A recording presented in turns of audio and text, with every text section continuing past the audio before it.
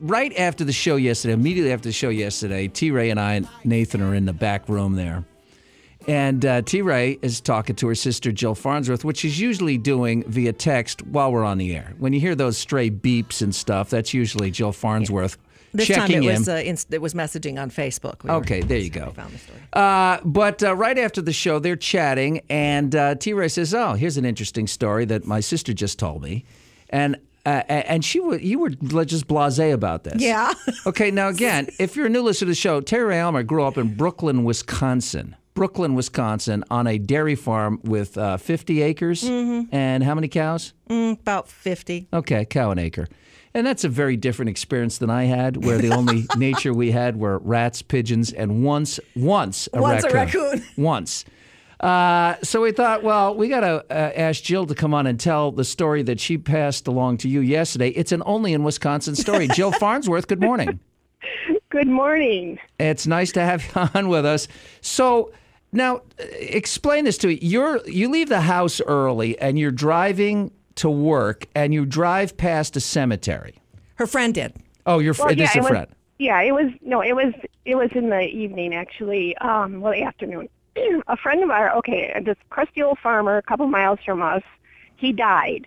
Uh-huh. I know this sounds like the setup to a joke, but it's not. Okay, so a crusty old farmer died. Yeah, he dies.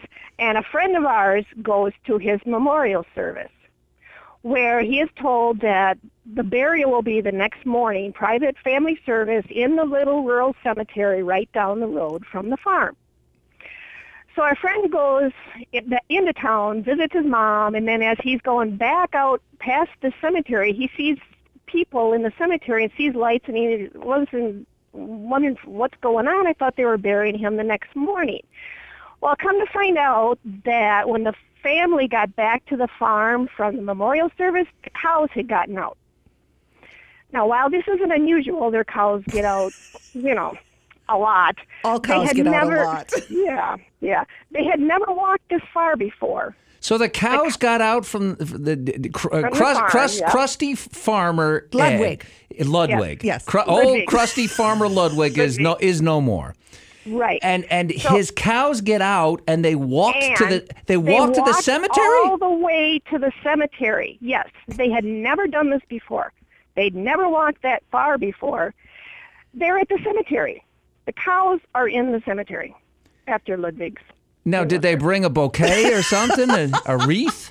Well, they left a few things around the cemetery, but I don't think they were flowery. that might help flowers grow at some point in the distant future. Yes. Okay, so the dead farmer's cows have come to visit his earthly remains in the cemetery. But that doesn't explain... But he's not there yet. He's not there. What are all the lights about?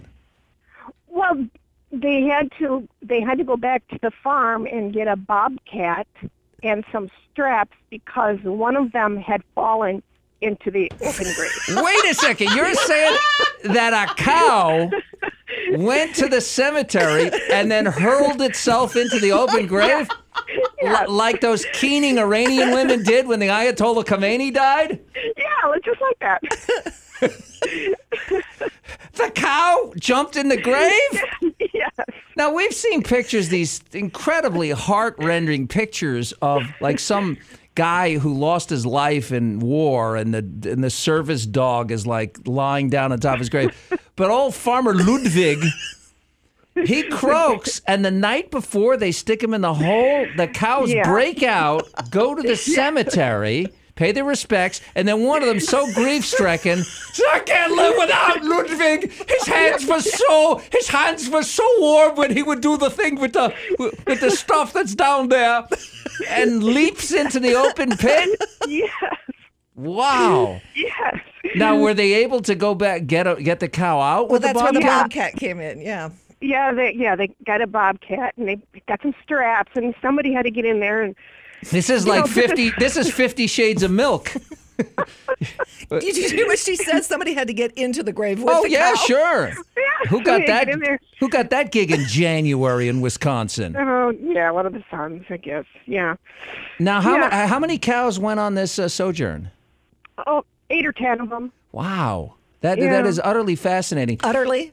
Oh, I didn't even know that I used that word. Look at that, subliminal. But you people are professionals, so you know all the terminology. that kind of I just thing. thought that's just stuff that hangs down there. So now, and I assume the next day, did they stick old farmer? What's his first Yeah, name? the next day Ludwig. they put Ludwig. Yeah, they put Ludwig in They the grave planted the him? next morning. Yeah, and the attendees had to watch their step.